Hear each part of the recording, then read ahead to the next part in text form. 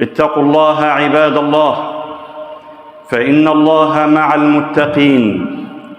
فقال تعالى: ولم يزل قائلاً عليماً وآمراً حكيماً.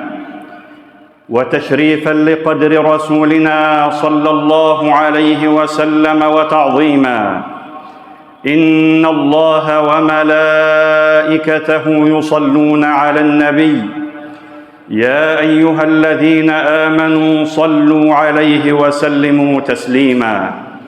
ثم أما بعد، أيها الموحدون عباد الله، إن فضل العلم لا يدانيه فضل ولا يوازيه نعت، وفضل أهل العلم لا يحصى، فهم أئمة الهدى ومصابيح الدجى ونور هذا الكون إذ هو أظلما.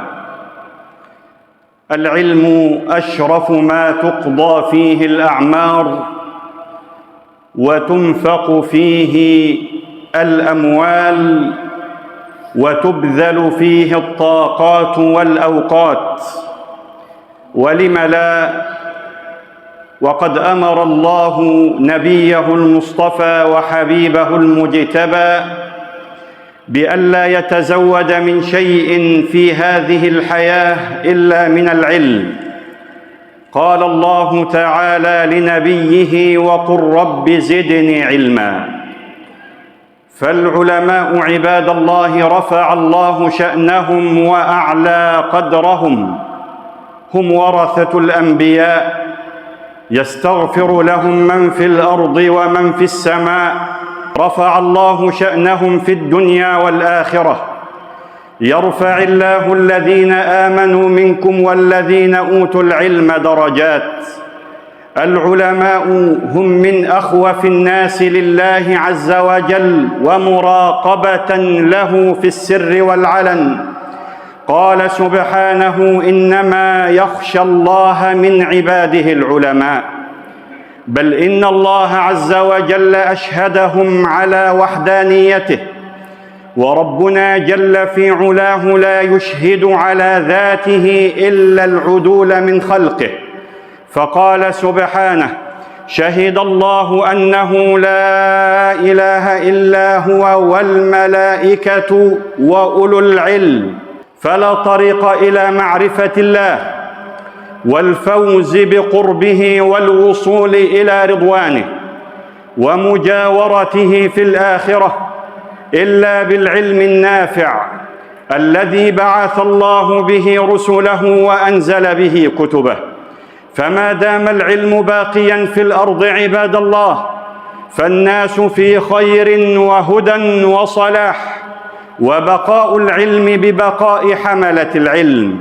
فإذا ذهب أهل العلم ومن يبلغ عن الله ورسوله، وقع الناس في الهوى والضنك والضلال والحيرة والشك، كما بين ذلك رسولنا صلى الله عليه وسلم في الحديث الذي رواه البخاري ومسلم من حديث عبد الله بن عمرو أن النبي صلى الله عليه وسلم قال: إن الله لا يقبض العلم انتزاعا ينتزعه من الناس، وفي رواية من صدور الناس، ولكن يقبض العلم بموت العلماء، حتى إذا لم يبق عالما أو لم يترك عالما اتخذ الناس رؤوسا جهالا فسئلوا فأفتوا بغير علم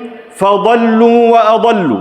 قال ابن حجر بعدما ذكر هذا الحديث: وهذا دليل واضح على أن ذهاب العلم يكون بذهاب العلماء. حتى قال المفسرون في تفسير هذه الآية: أولم يروا أنا نأتي الأرض ننقصها من أطرافها؟ قال عبد الله بن عباس: وخرابها أي الأرض يكون بموت علمائها وفقهائها وأهل الخير فيها.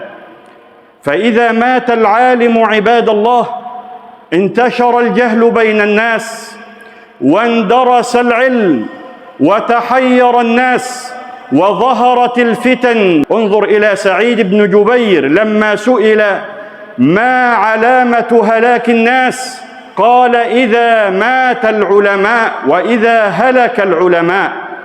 انظر إلى عبد الله بن عباس عندما قام بدفن زيد بن ثابت وقف على قبره قال: من أراد أن ينظر إلى ذهاب العلم فلينظر إلى هذا، وأيم الله لقد دفن اليوم علم كثير. لذلك فإن السلف كانوا إذا علموا بموت عالم من العلماء حزنوا حزنا شديدا وبكوا عليه، حتى قال أيوب: إذا أخبرت بموت عالم من أهل السنة فكأنما سقط بعض أعضائي. يحيى بن جعفر كان يقول: لو أقدر على أن أزيد في عمر محمد بن إسماعيل، يقصد الإمام البخاري، لفعلت، لأنني إذا مت فأنا واحد فقط، أما إذا مات الإمام البخاري مات أناس كثيرين. لقد مات قوم وما ماتت فضائلهم، وعاش قوم وهم بين الناس أموات. فالعالم حي بعلمه وإن تعطلت فيه الأعضاء، وإن ماتت فيه الأعضاء. والجاهل عباد الله ميت وإن كان يتحرك بين الأحياء. ما الفخر إلا لأهل العلم، إنهم على الهدى لمن استهدى أدلاء. وقدر كل امرئ ما كان يحسنه، والجاهلون لأهل العلم أعداء. ففز بعلم تعش حيا به أبدا. الناس موتى وأهل العلم أحياء. قد رحل الكثير من العلماء ونحن نذكرهم الآن من على منبر النبي صلى الله عليه وسلم، نقول: قال البخاري، قال الإمام النووي، قال الإمام ابن حجر، وماتوا من آلاف السنين، ولكن ذكرهم باق بين الناس. هكذا ينبغي علينا عباد الله أن نحصل العلم. من سلك طريقا يلتمس فيه علما سهل الله له به طريقا إلى الجنة. وإن الملائكة لتضع أجنحتها لطالب العلم رضا بما يصنع. قال صلى الله عليه وسلم: من يرد الله به خيرا يفقهه في الدين. ونحن الآن لا عذر لنا بين يدي الله يوم القيامة. كنا قديما نقطع المسافات الطويلة البعيدة من أجل أن نستمع إلى عالم من العلماء، أو أن نحضر درس من الدروس العلمية. أنت الآن وأنت في بيتك بل على سريرك تستطيع أن تتابع دورة كاملة، بل تحفظ كتاب الله عز وجل. وهذه من أعظم النعم التي سنسأل عنها بين يدي الله عز وجل.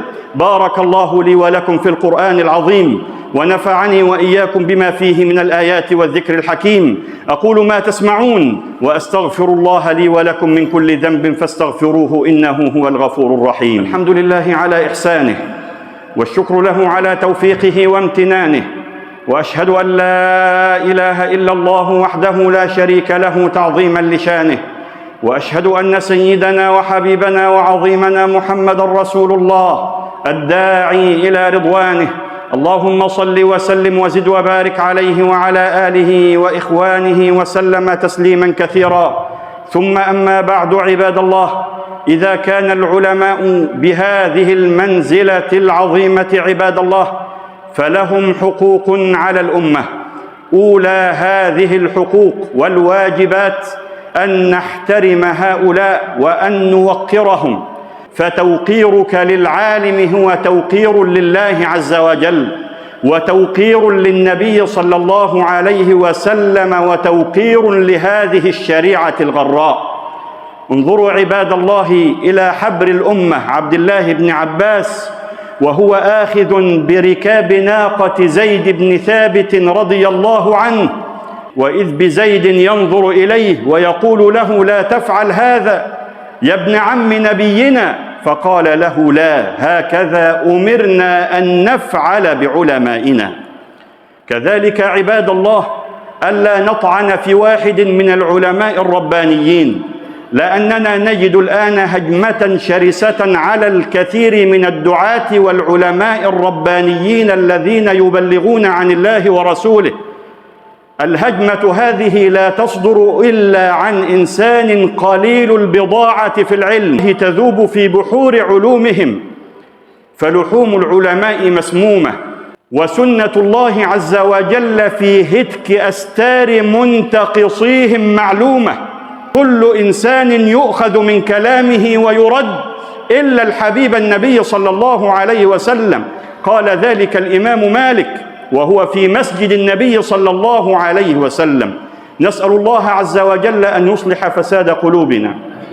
اللهم أصلح فساد قلوبنا، اللهم اغفر لنا ذنوبنا وإسرافنا في أمرنا، وثبت أقدامنا وانصرنا على القوم الكافرين. اللهم انصر الإسلام وأعز المسلمين، وأذل الشرك والمشركين واليهود ومن والاهم بقوتك يا قوي يا متين. اللهم اجعل هذا البلد آمنا مطمئنا سخاء رخاء وسائر بلاد المسلمين. عباد الله، إن الله يأمر بالعدل والإحسان وإيتاء ذي القربى وينهى عن الفحشاء والمنكر والبغي، يعظكم لعلكم تذكرون. اذكروا الله يذكركم واشكروه على نعمه يزدكم، وأقيموا الصلاة.